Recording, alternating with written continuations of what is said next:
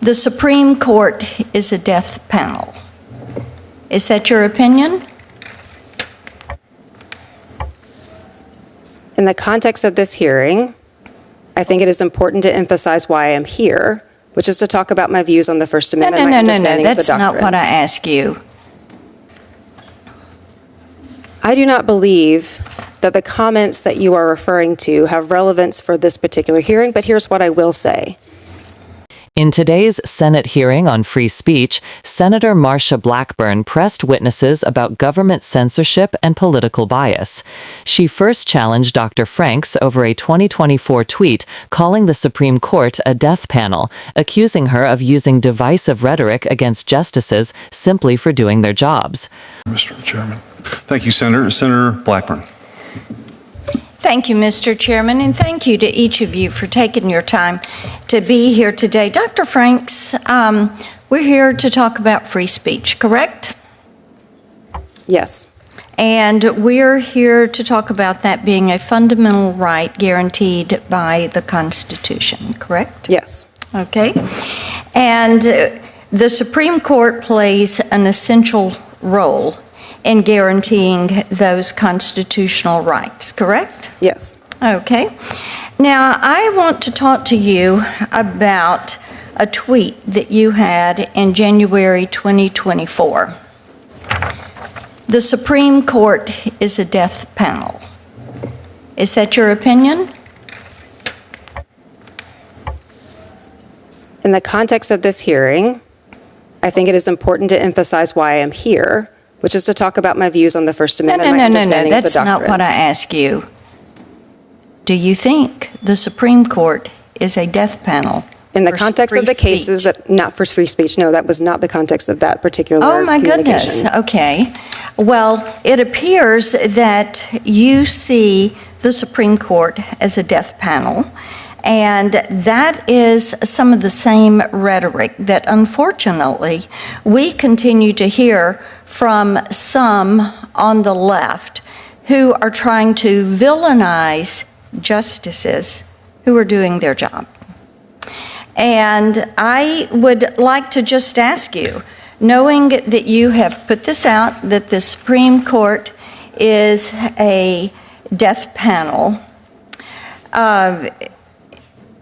then let me ask you this.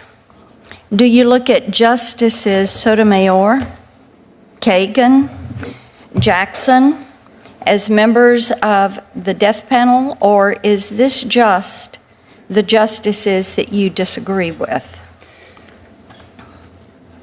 I do not believe that the comments that you are referring to have relevance for this particular hearing, but here's what I will say.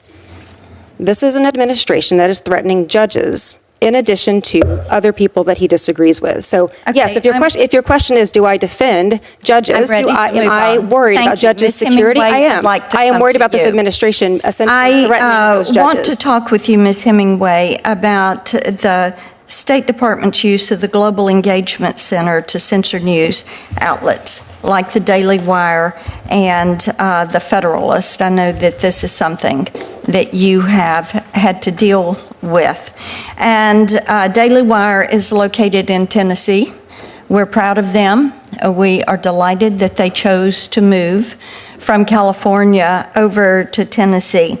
And it is my understanding that the Global Engagement Center was created to counter messaging from bad actors, including terrorist groups, but the Biden administration weaponized it to silence conservative groups. And what has the censorship, I call it the censorship industrial complex, what do you think they're trying to hide when it targets outlets like the Federalist and the Daily Wire?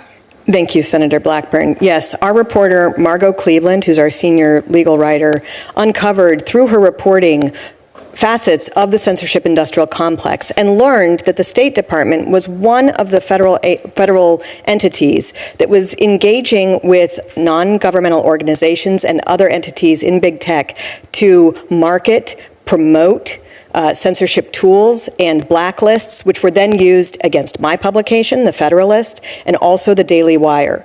Publications that are a threat to the reigning orthodoxies are targeted by the censorship industrial complex. They want to exist without people pointing out their lies or the fact that there are really important debates. And so we are suing the State Department for that, and it is ongoing, this support of the censorship industrial complex.